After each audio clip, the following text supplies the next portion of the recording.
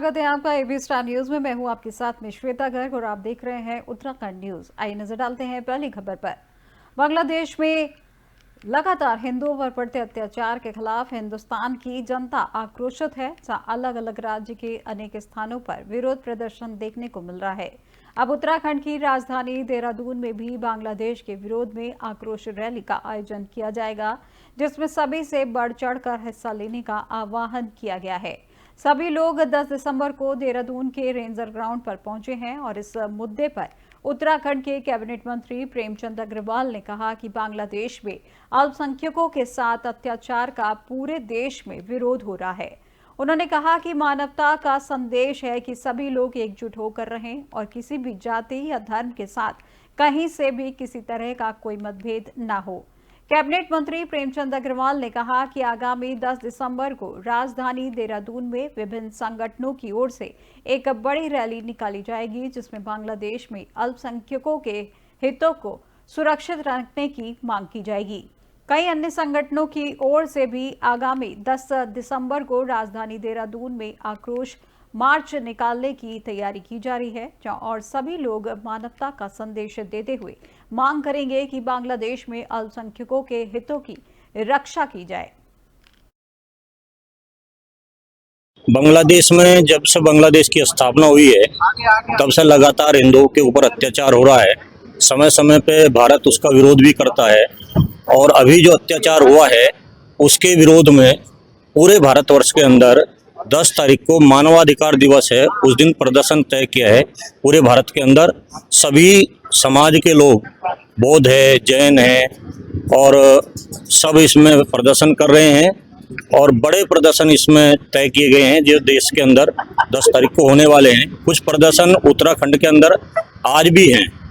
आज भी बड़े कार्यक्रम हैं। उधम सिंह नगर में, हल्द्वानी में आज कार्यक्रम है और एक संदेश देने का प्रयास किया जा रहा है कि अल्पसंख्यकों के ऊपर अत्याचार बंद करने चाहिए। हिंदू इकट्ठा होगा, हिंदू समाज इकट्ठा होकर प्रदर्शन करेगा तो ये सारी चीजें बंद होगी। देखिए, खाली हिंदुस्तान में इसका विरोध नहीं है, पूरे विश्व भर में विरोध है। ये मानवता पे चोट है, इंसानियत पे चोट है। एक अल्पसंख्यक यदि वहाँ हिंदू है, हिंदुओं में भी दलित है या अन्य लोग हैं, जिस प्रकार से वहाँ अत्याचार किया जा रहा है, और मुझे इस बात का संतोष है कि चाहे अमेरिका हो, ब्रिटेन हो या वहाँ के जो भी वो लोग हो जो हिंदू धर्म से संबंधित नहीं भी हैं, उन्होंने भी इस मानवता के अत्याचार के विरोध में अपनी बात कही है। आज देश भर में इसमें गुस्सा लोगों के अंदर है। यहाँ देहरादून में भी 10 दिसंबर को एक आक्रोश रैली के रूप में उत्तराखंड में हरिद्वार जिले के छोड़कर 12 जिलों में ग्राम पंचायतों का 27 नवंबर और क्षेत्र पंचायतों का कार्यकाल 29 नवंबर को तथा जिला पंचायतों का कार्यकाल 2 दिसंबर को समाप्त हो चुका है। वहीं नगर निकायों का कार्यकाल साल 2023 में 2 दिसंबर को समाप्त होने के बाद चुनाव नहीं हो पाए हैं। ऐसे में अभी भी निकाय चुनाव की तारीखों को लेकर स्थिति स्पष्ट नहीं है। हालांकि राजनीतिक गलियारों में इन चुनावों को लेकर चर्चाएं तेज हो चुकी हैं। जहां बीते 2 दिन पहले राज्य निर्वाचन आयोग द्वारा नगर निकायों की निर्वाचक नामावली को अपडेट करने संबंधी निर्देशों के बाद संभावना जताई जा रही है कि प्रदेश में 102 स्थानीय नगर निकायों का चुनाव अगले साल तक टल सकता है। निकाय चुनाव न करने को लेकर प्रदेश सरकार पर कांग्रेस लगातार हमलावर दिख रही है। जहां बद्रीनाथ से कांग्रेस विधायक लखपत सिंह बुटोला ने भाजपा सरकार पर गंभीर आरोप लगाते हुए कहा कि सरकार निकाय चुनाव कराने से डर रही है। देखिए, पहली बात तो ये है कि जो ये सरकार कर रही है वो बहुत दुखद भी है, पीड़ादायक भी है, क्योंकि मैं स्वयं पंचायतों से आया हूँ, मैं जिला पंचायत का अध्यक्ष रह चुका हूँ। मैं इसलिए कह रहा हूँ कि जो सरकार का काम होता है कि जब चाहे निकाय चुनाव का कार्यकाल हो चाहे पंचायतों का कार्यकाल हो, उनका निश्चित समय होता है। जैसे सबको पता था कि जो 2019 में क्षेत्र पंचायत चुने गए उनका कार्यकाल 36 नवंबर को खत्म होना है, जो प्रधान है उनका 24 नवंबर को खत्म होना, जो जिला पंचायत अध्यक्ष है वो 2 दिसंबर को खत्म होना। तो सरकार को चुनाव की तैयारी करके तुरंत चुनाव कराने चाहिए, लेकिन सरकार ने चुनाव न करा करके जिस तौर से जिला पंचायत अध्यक्षों को प्रशासक के रूप में भेजा है, वो लोकतंत्र की धज्जियां उड़ाने वाली बात। मुझे लगता है कि देश के अंदर इतिहास में पहली बार ऐसा है कि जिस प्रकार का जो जिले की छोटी सरकार जिसका बोल भंग हो चुका हो, जिसके पास मेंबर नहीं हो, ऐसे में केवल और केवल एक व्यक्ति को पूरे जिले का आधिपत्य देना लोकतंत्र के लिए, पंचायतों के लिए जो संविधान में 74 संशोधन की जो बात की गई थी, उसके माध्यम से लोकतंत्र को मजबूत करने के और 29 विभागों को कहा गया था कि पंचायतों को दिया गया, पंचायती राज सशक्तिकरण करने की बात कही जा रही थी, उसको ध्वस्त करने का। चोरी करने वाले ठगों की टोली के मंसूबों पर सहसपुर पुलिस ने पानी फेर दिया है, जिसके लिए बताया जा रहा है कि चोर चोरी की बड़ी घटना को अंजाम देने के फिराक में देहरादून आए थे, जहां अभियुक्तों के कब्जे से एक देसी तमंचा, एक जिंदा कारतूस, एक चाकू, 2 खुखरी व विभिन्न बैंकों के 27 एटीएम कार्ड तथा मोटरसाइकिल पुलिस ने बरामद की है। आपको बता दें कि अभियुक्त एटीएम में आने वाले लोगों को शातिराना अंदाज में अपनी बातों में उलझाकर एटीएम कार्ड बदलकर ठगी करते थे, जहां देहरादून में बैंक एटीएम तथा सुनारों की दुकानों की रेकी कर चोरी की बड़ी घटना को अंजाम देने के फिराक में थे। यह सभी ठग इस पर वरिष्ठ पुलिस अधीक्षक देहरादून को द्वारा सभी थाना प्रभारियों को अपने अपने थाना क्षेत्रों में आपराधिक घटनाओं पर प्रभावी अंकुश लगाने तथा आपराधिक प्रवृत्ति के व्यक्तियों को चिन्हित करते हुए उनकी गतिविधियों पर सतर्क दृष्टि रखते हुए उनके विरुद्ध प्रभावी कार्रवाई करने के निर्देश दिए हैं। ये थाना सहसपुर पुलिस द्वारा 4 जो ठग थे, जो कि एक चोरी आदि की घटना को अंजाम देने के उद्देश्य से और लोगों को ठगी करने के उद्देश्य से ये सहसपुर क्षेत्र में आए थे, तो उनको गिरफ्तार किया गया है, जिनमें 3 तो सहारनपुर जिले के रहने वाले हैं, जिनमें से एक सुमित गौतम, रमेश गौतम और विकास आदि हैं।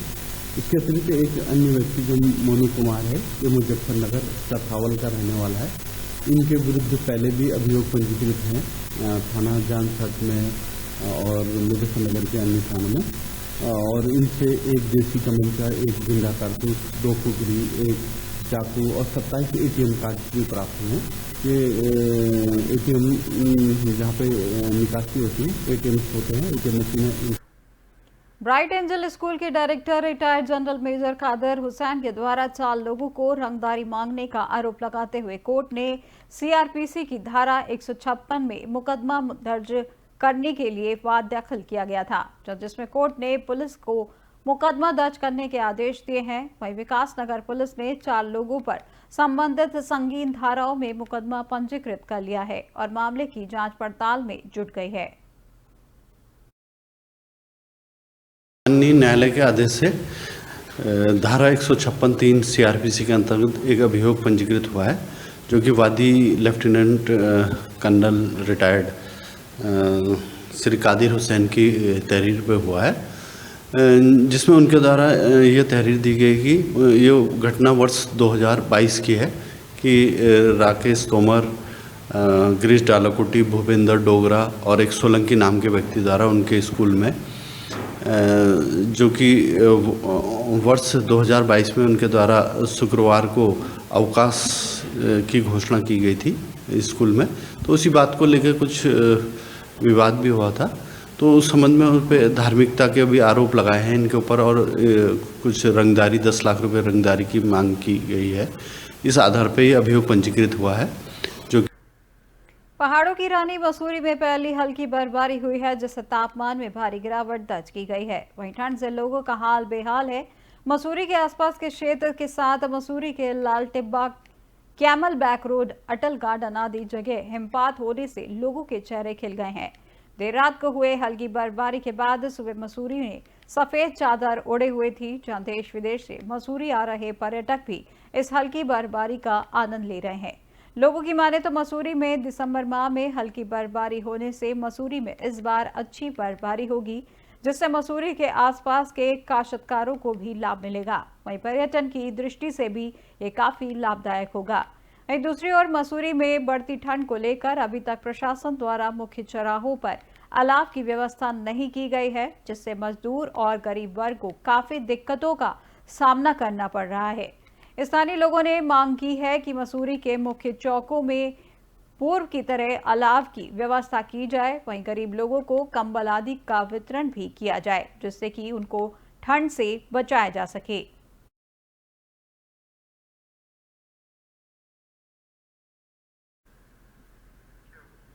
खबर चमोली से है, जहां पहाड़ों में एक बार फिर से मौसम का मिजाज बदल चुका है। जहां पहाड़ों में सीजन की पहली बर्फबारी शुरू हो चुकी है, जहां देर शाम से लगातार बर्फबारी हो रही है। बर्फबारी होने से एक बार फिर से तापमान में काफी गिरावट आ चुकी है।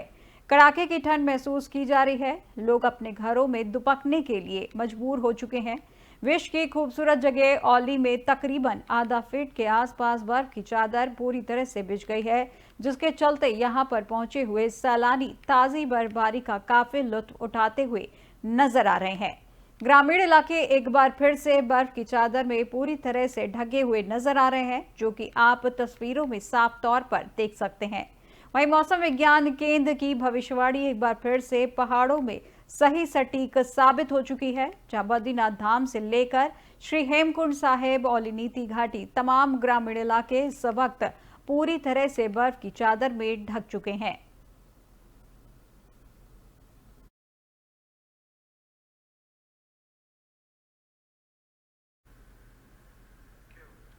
बीती देर रात हल्द्वानी के मंडी चौकी क्षेत्र में हल्दू चौड़ निवासी ग्राफिक एरा के छात्र दिव्यांशु पांडे का शव मिलने के बाद आज परिजनों ने पुलिस क्षेत्राधिकारी हल्द्वानी से मुलाकात कर दिव्यांशु की हत्या के आशंका जाहिर करते हुए तहरीर दी है। परिजनों का आरोप है कि दिव्यांशु की हत्या की गई है और उसे आत्महत्या में बदलने का प्रयास किया गया है। पुलिस ने परिजनों की तहरीर के आधार पर मुकदमा दर्ज करते हुए जांच शुरू कर दी है। इस पर पुलिस क्षेत्राधिकारी नितिन लोहनी का कहना है कि पुलिस पोस्टमार्टम रिपोर्ट तथा फॉरेंसिक रिपोर्ट के आधार पर आगे की जांच शुरू करेगी। आपको बता दें कि हल्दू चौड़ निवासी ग्राफिक एरा के छात्र दिव्यांशु पांडे का शनिवार देर रात हल्द्वानी के मंडी क्षेत्र में जंगल के अंदर संदिग्ध परिस्थितियों में शव मिला था, जहां परिजनों का आरोप है कि दिव्यांशु की हत्या की गई है। हमारा भतीजा कल दीपांशु पांडे कल कॉलेज के लिए 9 बजे घर से निकला था, उसके ग्राफिक एरा जाने के लिए। ग्राफिक एरा में थर्ड ईयर है। उसके बाद वो आया, उसका हमको पता नहीं चला। फिर वो फ़ोन आया करीब 3:10 में कि उस सुमित यादव करके लड़का है, उसका फ़ोन आया कि क्या कहते हैं, आपका लड़का यहाँ जंगल में पड़ा है, ये है वो है, मार दिया है करके इस तरीके से उसने कॉल करा था। उसके बाद 3:50 में फिर उसकी मेरी भतीजी खुशी जो पांडे को फ़ोन आया कि तुम मेरे को अगर मुझे फंसा तो मैं तुम्हें भी मार दूंगा करके उसका फ़ोन आया था। आपके जाते पुलिस सर न्याय चाहते हैं सर, और क्या कहेंगे। हमारा तो भतीजा चले गया। सूचना मिली थी कि एक युवक द्वारा मतलब फांसी से लटकने की सूचना आई थी और हल्दू चौड़ निवासी युवक है जो एक निजी संस्थान में पढ़ते हैं। तो इसमें अभी जो बॉडी है, जो शव है, वो पोस्टमार्टम के लिए गया है। अभी मेडिकल बोर्ड के माध्यम से पोस्टमार्टम करवाया जा रहा है वीडियोग्राफी के थ्रू, और जो अन्य कार्रवाई हैं वो भी करवाई जा रही हैं। अभी तहरीर जैसे ही आती है तो मुकदमा पंजीकृत किया जाएगा। देखिए, इसमें ऐसा कुछ छुपाने का तो नहीं है। इसमें परिवार को भी समझा दी गई ये चीज़ कि जो लिखित मार्क्स हैं उसी के आधार पे हम टिप्पणी कर सकते हैं। तो पोस्टमार्टम रिपोर्ट का वेट करना पड़ेगा, जिससे क्लियर होगा कि ये वरिष्ठ पुलिस अधीक्षक लोकेश्वर सिंह के निर्देशन में जनपद पौड़ी पुलिस ने बढ़ते नशे की प्रवृत्ति पर अंकुश लगाने एवं नशा तस्करी की रोकथाम के लिए नशा तस्करों पर शिकंजा कसती हुई नजर आ रही है। वरिष्ठ पुलिस अधीक्षक लोकेश्वर सिंह से प्राप्त जानकारी के अनुसार उन्हें लक्ष्मण झूला क्षेत्र में कुछ कैफे संचालकों द्वारा अपने कैफे से नशे की सप्लाई किए जाने की सूचना मिलने पर वरिष्ठ पुलिस अधीक्षक द्वारा पुलिस को प्रभावित चेकिंग करने के लिए निर्देश दिए गए थे, जिसको लेकर लक्ष्मण झूला क्षेत्र के तपस्या कैफे में चरस होने की पुख्ता सूचना मिलने पर लक्ष्मण झूला पुलिस टीम द्वारा सर्च वारंट लेकर कैफे पर रेड डाली गई। तो कैफे संचालक अमर विश्वास वहां पर मौजूद मिले, जिसके पास से लगभग 272 ग्राम अवैध चरस बरामद कर उसे गिरफ्तार किया गया है।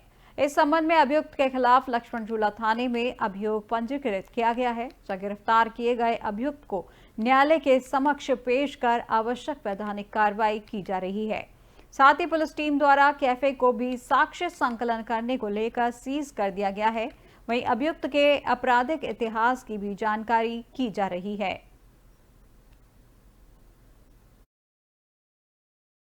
थाना लक्ष्मण झूला क्षेत्र के अंतर्गत एक कैफे संचालक को कुल 272 ग्राम चरस के साथ गिरफ्तार किया गया है। हमारे पास ये शिकायत प्राप्त हो रही थी कि लक्ष्मण झूला क्षेत्र के अंतर्गत कुछ कैफेज में नशे की सप्लाई करवाई जा रही है, जिसका संज्ञान लेते हुए उक्त कैफे का सर्च वारंट लेते हुए हम लोगों ने यहाँ पर सर्च करवाई और कुल 272 ग्राम चरस इस कैफे में पाई गई, जिसका कैफे संचालक को हमारी टीम्स के द्वारा गिरफ्तार किया गया है और आज माननीय न्यायालय में पेश किया जा रहा है। साथ ही साथ इस कैफे को हमारी टीम्स के द्वारा सील भी करवाया गया है।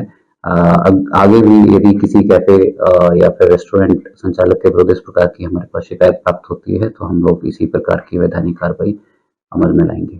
थाना लक्ष्मण झूला क्षेत्र के अंतर्गत नशे के खिलाफ चलाए जा रहे अभियान में लालकुआं पुलिस और एसओजी की एक बार फिर से बड़ी सफलता मिली है, जहां पुलिस ने भारी मात्रा में स्मैक के साथ एक युवक को गिरफ्तार किया है। पुलिस ने पकड़े गए आरोपी के पास से 122.26 ग्राम अवैध स्मैक बरामद की है, जहां पकड़ी गई स्मैक की कीमत 36 लाख रुपए बताई जा रही है।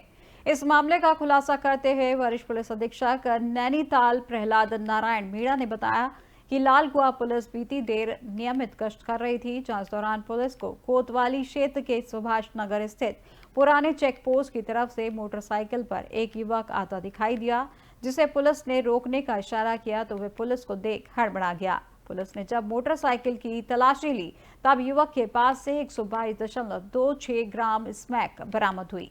पकड़ी गई स्मैक की कीमत लगभग 36 लाख रुपए बताई जा रही है। जो गिरफ्तार आरोपी की पहचान जसवंत सिंह के रूप में की गई है।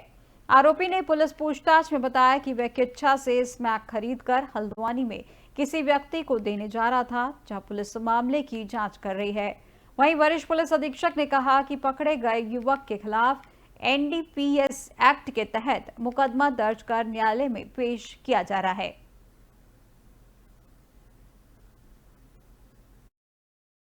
नैनीताल पुलिस की जो एसओजी टीम है उसके द्वारा और लालकुआं थाने की टीम के द्वारा एक स्मैक तस्कर को गिरफ्तार किया है और इसके कब्जे से हमने 122 ग्राम जो है स्मैक बरामद की है।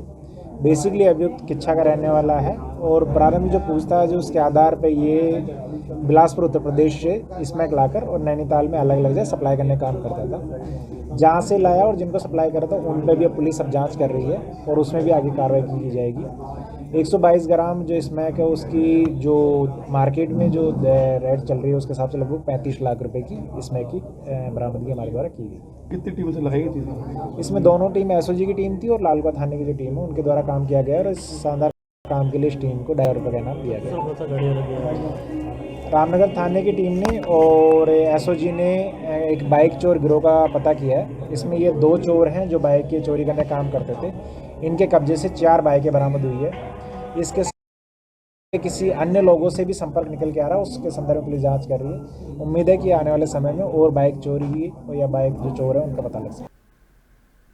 नैनीताल पुलिस की हरिद्वार के बहादुराबाद क्षेत्र में पुलिस और बदमाशों के बीच मुठभेड़ हुई है, जहां देहरादून और हरिद्वार पुलिस की संयुक्त कार्रवाई में एक बदमाश के पैर में गोली लगने से घायल हो गया है, जबकि 2 अन्य फरार हो गए हैं। शनिवार देर रात देहरादून पुलिस कुछ बदमाशों का पीछा कर रही, जहां पुलिस से भाग रहे बदमाश बहादुराबाद क्षेत्र में दाखिल हो गए और इसके बाद यहां चल रहे चेकिंग अभियान के दौरान बदमाशों की गतिविधि संदिग्ध लगने पर पुलिस ने उनका पीछा करना शुरू किया, जिस पर बदमाशों ने पुलिस पर फायर कर दिया। जवाबी फायरिंग में एक बदमाश को पुलिस की गोली लग गई, जिससे वह घायल हो गया है। घायल बदमाश का नाम फरमान है, जिस पर 1 दर्जन से भी ज्यादा आपराधिक मुकदमे चल रहे हैं।